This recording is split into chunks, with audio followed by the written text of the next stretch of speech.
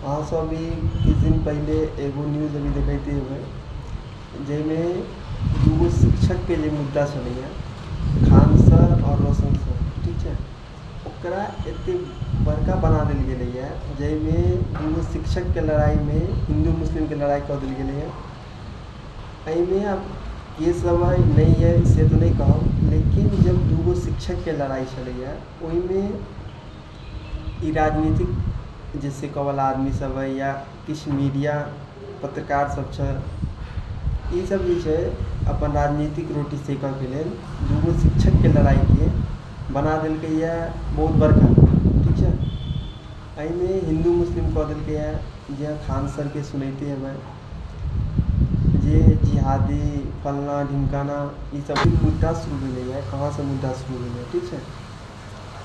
बिहार परीक्षा परिणाम निकल रहे जैमें 19,838 के जो पद के से बहाली निकल रहे, वही में से ये दोनों शिक्षकगण जो दावा ठोकलखिन कि एक टाइप के कोचिंग संस्थान से 12,000 खान सर कहलखिन और रोशन आनंद सर कहलत है कि हमार कोचिंग संस्थान से 10,000 जो परीक्षार्थी निकल लेते हैं, ठीक है। ये दोनों जो 22,000 रिजल्ट कुल मिला कर दिलखिन, लेकिन जब बहालिए निकल 19,838 के तो 22,000 केना दिलखिन, लोग के बीच में चर्चा होगा लगल।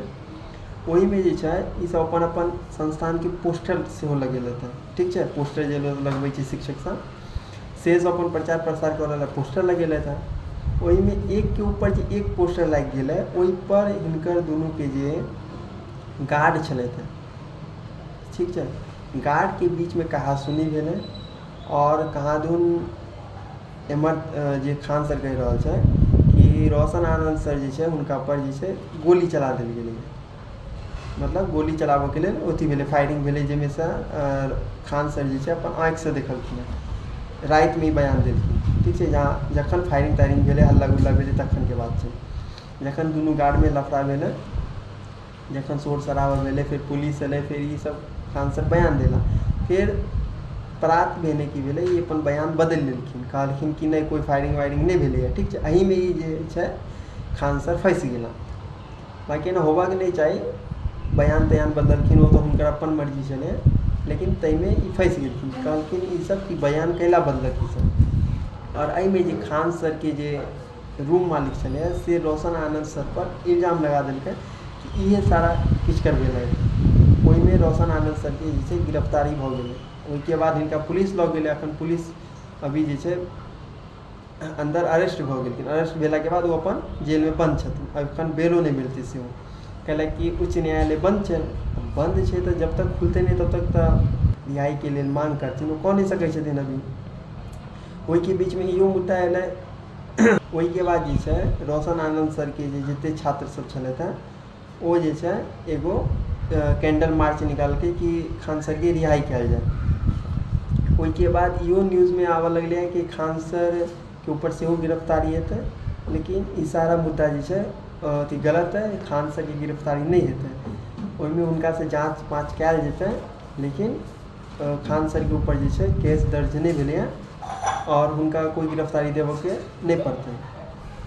वही में जे आज तक के जितने भी इंडिया टुडे के जितने भी पत्रकार सब चले थे से सब खान सर के ऊपर मुआवजा के लिए केस दर्ज कल है कि उनका ऊपर ये टीका टिप्पणी केने चले थे खान सर और बहुत ही गण शिक्षक गण सब चले थे, ठीक है। तमाम 5 गो 6 गो या 7 गो किस शिक्षक पर जो है से केस दर्ज भेले है जो मुआवजा के लिए जो इनका जो अपमान भेले टीका टिप्पणी के लिए था वही पर दिल जेते। लेकिन हम बता दी खान सर के जो कोनो जेल नहीं है और ये सब मुद्दा के जो इतने बड़का नहीं करे के चाहिए।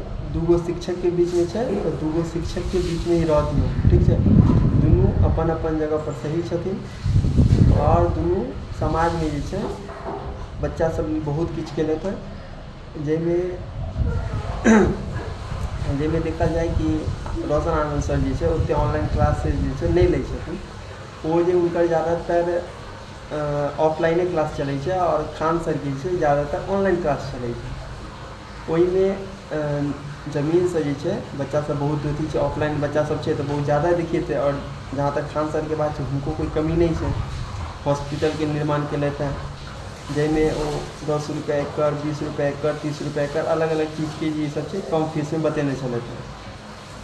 ओहिमे बहुत सारा आदमी सब जाँच पड़ताल केलक तो ओहिमे कोई 250 बता रहा है, कोई 300 बता रहा है, लेकिन कहाँ के तात्पर्य ई छै कि अगर 250, 300 या 500 लऽ रहल छै तो दोसर के अपेक्षा तो कम नहीं लऽ रहल छथिन। इहो सब चीज देखऽ के चाही।